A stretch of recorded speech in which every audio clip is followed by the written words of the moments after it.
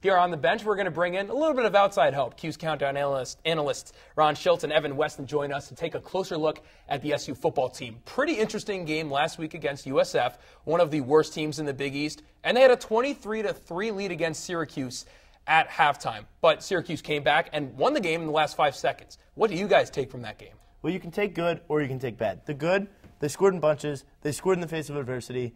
They took a game that they should have won, and they won it. But there's a lot more bad, because what were they doing down 20 points to the worst team in the Big East? To USF. Hey, to be fair, they were ranked second in the league to start the season in the Big East media poll. Yeah, preseason polls you know don't matter. Guys? There you go. You know what, guys? Syracuse caught a break. And how long has it been since Syracuse caught a break? That's what I'm going to take away from this one. They scored 34 points in the second half. That's crazy. And when Alec Lemon caught that touchdown at the end of the game, I didn't believe it was happening. Syracuse got lucky for once. After all season, Minnesota, Rutgers, all these games. This season and last season. Those last 5 games, they didn't get lucky. Finally nice to see them do something. Discounting luck, after every game, we hear Coach Barone say, "It starts with me." And what is the coach going to have to tell his team this week? They're playing a Cincinnati team that's 19th in the country in rushing, despite losing Isaiah Pete to the NFL. What does SU have to do to stop the Bearcats on the ground? They have to pursue Ted. Against Pittsburgh and Rutgers, and even against Stony Brook in the second half, Syracuse did a fine job limiting good running backs on the ground. Their linebacker core has been very strong. And then last week against USF, 369 yards. It's stuff guys trying to say that in unison, try to harmonize that next time. It's stuff like that just throws you off. Which Syracuse team shows up, whatever it is, they have to pursue. Keep those Cincy backs away.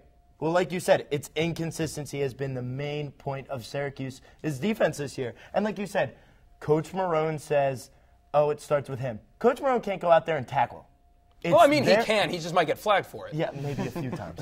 But I'm just saying that this linebacking core needs to step up, and they have stepped up in some games, but then there's a game, like you said, USF, that doesn't make any sense because they give up 370 yards to a mediocre running team. Well, I mean, they're pretty good, but they're not UConn or Pitt. There's no reason for them to give up 370 yards on the ground. Sure, consistency is the key. Let's take a look at the rest of the season. If Syracuse is going to go to a bowl game and maintain the consistency they set 2 years ago when they were in the Pinstripe Bowl, they need 2 more wins. They're sitting at 4-4.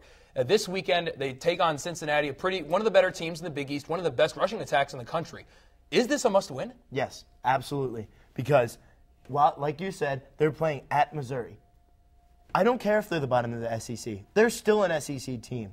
And they're playing teams that could run all over any Big East team, including Syracuse.